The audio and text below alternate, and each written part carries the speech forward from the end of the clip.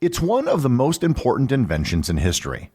Almost everyone listening to this has one, and you use it almost every day. And if we didn't have them, the world would be a very different place. I am talking about toilets.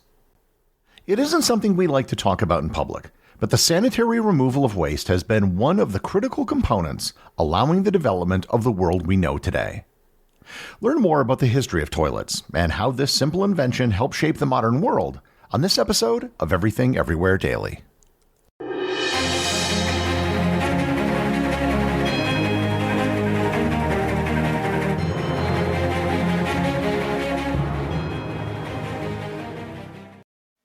All set for your flight? Yep, I've got everything I need.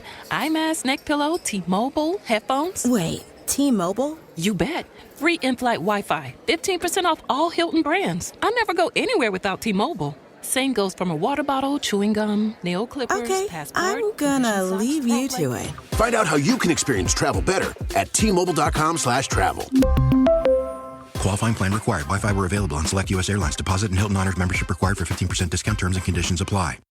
This episode is brought to you by Shopify. Whether you're selling a little or a lot, Shopify helps you do your thing, however you cha-ching. From the launch your online shop stage, all the way to the we just hit 1 million orders stage. No matter what stage you're in, Shopify's there to help you grow. Sign up for a $1 per month trial period at shopify.com/special offer, all lowercase.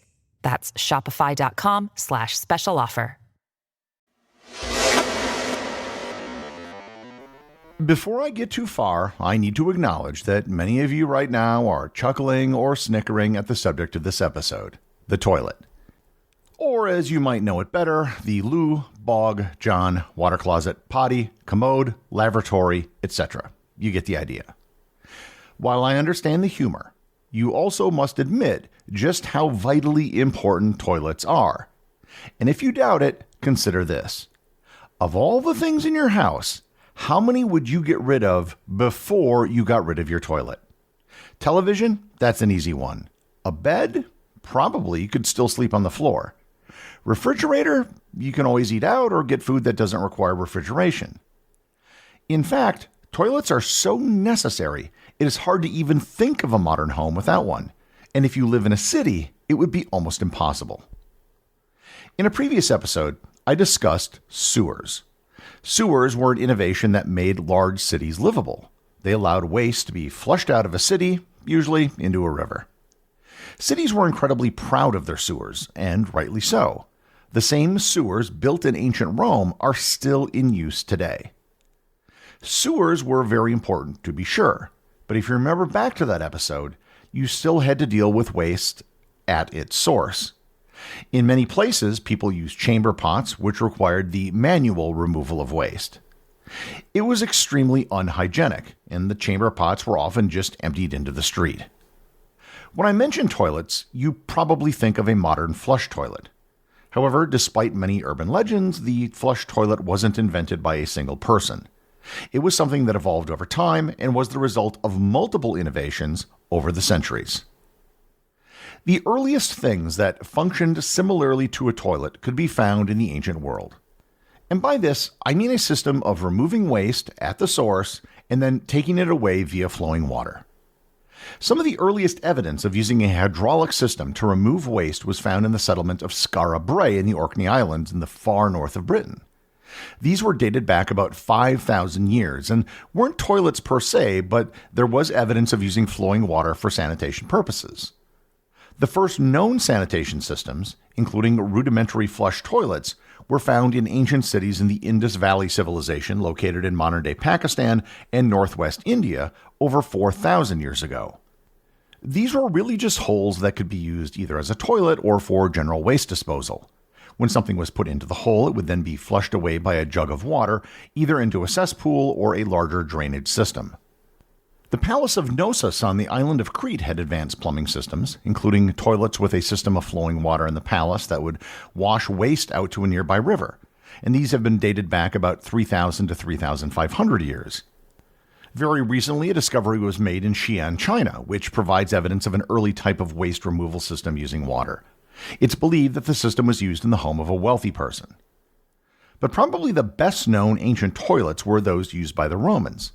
The Roman ruins of Ostia, which was the port city used by Rome where the Tiber River meets the sea, have some of the best preserved ancient toilets in the world. The ruins of Ostia are only about a 45-minute train ride from Rome today. The Romans called this a latrine, and it was a communal room with a series of benches with holes in them. People would literally sit next to each other with as many as 1 to 2 dozen seats and would do their business. These were usually not found in private homes, but rather were found in public places, most commonly a Roman bath.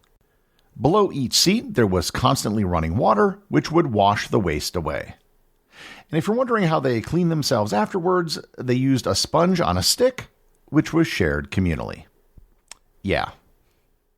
Despite very different customs and traditions regarding the handling of human waste, all of these ancient cultures identified from a very early age the benefits of removing waste by water. As far as we can tell, they all came upon the idea independently. In the centuries that followed, this idea was seldom implemented. Throughout the Middle Ages, there were some monasteries and castles in Europe that developed systems where they would dump water to remove waste, but they were the exception, not the rule. Most castles just had a waste hole that hung off the side of a wall known as a garderobe, and most city dwellers had chamber pots that they emptied into the street because most cities at the time didn't have sewers. The development of the flush toilet is usually credited to Sir John Harington. Harington was a poet and an author and a regular in the court of Queen Elizabeth I. His invention featured a raised cistern that could be filled with water, which was then released through a small pipe to flush waste from a bowl. The toilet had a valve to control the water flow, effectively washing away the contents into a cesspool. Although innovative for its time, Harington's design was not widely adopted due to the absence of proper sewage systems and the high cost of implementation. What Harington did was put together many of the waste removal principles that had been known since ancient times, but put them together into a basic system that we could kind of recognize today. There was a water tank, there was a bowl, and there was pipes for carrying the water. The next major innovation in the toilet was the S-trap. Alexander Cumming, a Scottish watchmaker, patented the S-trap, or the S-bend, a device that used a sliding valve to prevent sewer gases from entering the building.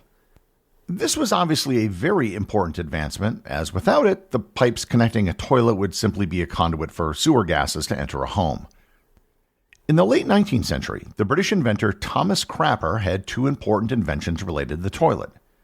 In the first, he patented the floating ball cock, which can be found in pretty much every toilet tank today. The floating ball cock is usually a ball-shaped device that floats in the tank's water. As water is added to the tank, the ball rises. It's connected to an arm that turns off the water once it reaches a certain height. The floating ball cock is what regulates the water flowing into the toilet tank to always reach an appropriate level and no more. His other invention, which is also seen in modern toilets, is the U-bend. The U-bend is a U-shaped section of pipe that is below the bowl. The U will fill up with water, which blocks air from moving through the pipe. Look under most toilets today and you'll probably find a U-trap. At this point, I should probably address the question that most of you are thinking. Was the euphemism for a toilet named after the aforementioned Thomas Crapper? And the answer is not really.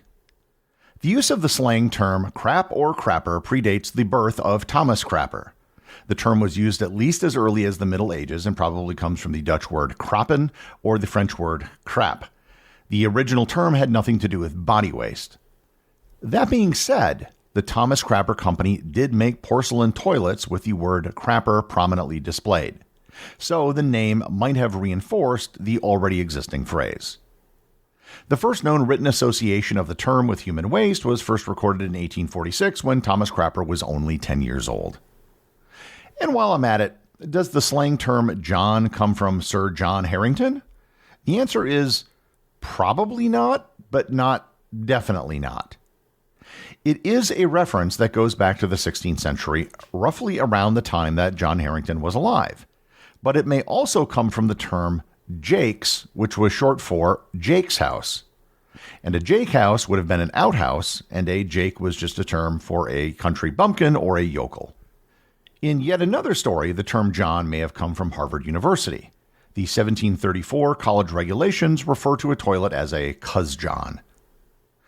But regardless where the phrases came from, by the late 19th and early 20th centuries, all of the pieces of the modern flush toilet were in place. One of the events that popularized, or at least raised awareness of flush toilets, was the Great Exhibition in London in 1851. Flush toilets were available for the public visiting the event, and they were the first public flush toilets in history.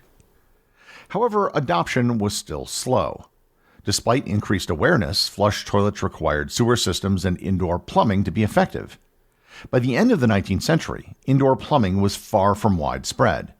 It was usually only found in hotels or the homes of the rich and well-off. This started to change in the early 20th century. Sewer systems became more widespread, as did running water in homes. Even by the end of the First World War, most buildings in the United States and England did not have indoor flush toilets. Flush toilets didn't become commonplace in new urban housing developments in Europe and North America until the 1920s and 30s. The water and sewage infrastructure allowed them to be adopted easily at that point. In rural areas, electrical pumps working from wells, as well as the creation of septic systems, allowed for flush toilets to work even when not connected to a wider sewage and water system. Post-World War II economic growth and urbanization further increased the prevalence of flush toilets. By the 1950s and 60s, almost all urban and suburban homes in developed countries had installed flush toilets. Public health campaigns also promoted their use as a sanitary improvement. Most of the innovations in toilets in the late 20th and 21st centuries have been in the area of water efficiency and things like heated seats and automated bidets. While flush toilets and sanitation systems have become widespread, they are still not universal. Every November 19th, the United Nations sponsors World Toilet Day. It raises awareness of the fact that half the world's population lacks what they call improved sanitation, which is defined as never having any contact with human waste. A further 650 million people have no toilet systems at all. World Toilet Day is sponsored by the World Toilet Organization, which runs the World Toilet Summit. And they also run the World Toilet College, which trains people worldwide in proper sanitation practices. And yes, all of those things are real. The good news is that things are continually improving. All over the world, extreme poverty is decreasing, and sanitation, including flush toilets and sewer systems, is expanding in use. I've covered the history of many different inventions and technologies in this podcast, many of which have helped shape the modern world. But I really think that the flush toilet has to be put in the top tier of innovations. If we didn't have flush toilets and sewage systems, the world would be a very different and much more unpleasant place. The executive producer of Everything Everywhere Daily is Charles Daniel. The associate producers are Ben Long and Cameron Kiefer. Today's review comes from listener W222333444 over on Apple Podcasts in the United States. They write, "Great podcast. My name is Warren and I'm 11 years old. I'm part of the Completionist Club. Can you do an episode on the history of the Stanley Cup, the oldest trophy still in use today? Thanks if you read this on an episode." Well, thank you, Warren. I think an episode on the Stanley Cup would be a great idea. In fact, I think an entire episode could probably be done on some of the outrageous things that players have done with the cup when they got to take it home. Remember, if you leave a review or send me a boostagram, you too can have it right on the show.